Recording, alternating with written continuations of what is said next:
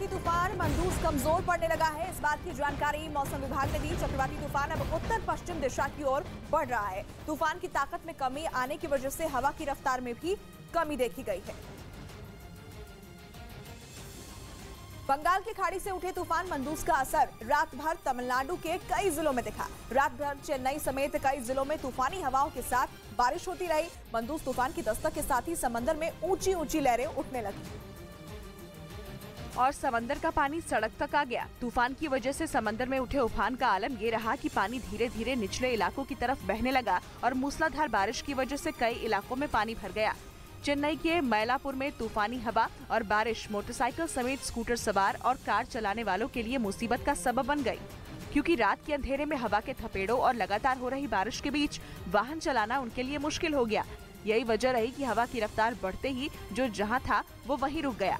इतना ही नहीं, तेज बारिश की वजह से कई लोगों की मोटरसाइकिल और ऑटो भी खराब हो गए, जिन्हें वो तेज हवा के बीच सड़क पर धकेलते हुए ले जाते नजर आए। एक जगह तो कुछ लोगों ने ऑटो को धक्का लगाकर पानी के बीच से निकाला। समुद्र में उठ रही ताकतवर लहरों की मार से तट पर बंधी नावों को भी नुकसान पहुंचा।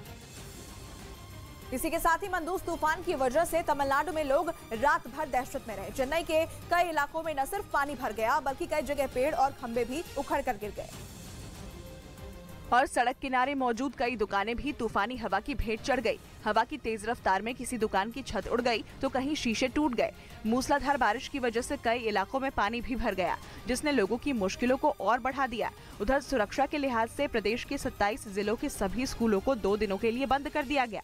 बंगाल की खाड़ी से उठे इस तूफान की दस्तक से पहले तमिलनाडु के मुख्यमंत्री M.K. स्टालिन मंदूस तूफान के लिए बनाए गए इमरजेंसी सेंटर पहुंचे और तूफान से निपटने की तैयारियों की जानकारी भी अधिकारियों से ली।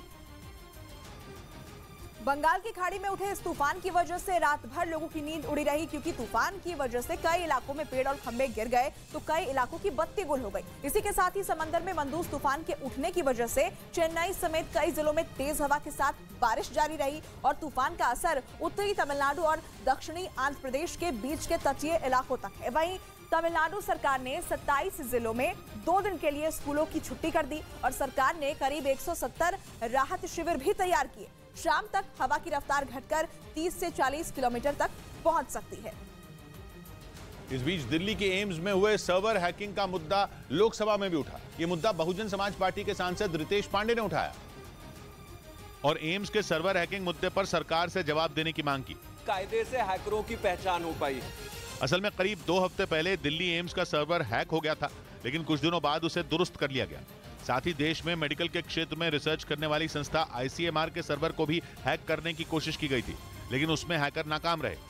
इस बीच वर्ल्ड बैंक ने दावा किया कि भारत में जल्द इतनी रिकॉर्ड तोड़ गर्मी पड़ेगी कि वो इंसान की बर्दाश्त करने की सीमा ही तोड़ देगी। उसकी रिपोर्ट में कहा गया कि भारत में गर्मी अब जल्दी आ रही है और ज्यादा लंबे वक्त तक रह रही है, जो कि बिल्कुल सही है। इस साल मार्च में ही तापमान ने ऐसा उछाल मारा था कि रिकॉर्ड बन गया था। वर्ल्ड बैंक का कहना है कि भारत में बहुत जल्द गर्मी उस तापमान पर पहुंचने वाली है कि इंसान के शरीर के लिए उसे झेलना नामुमकिन हो जाएगा और नतीजा होगा मौत।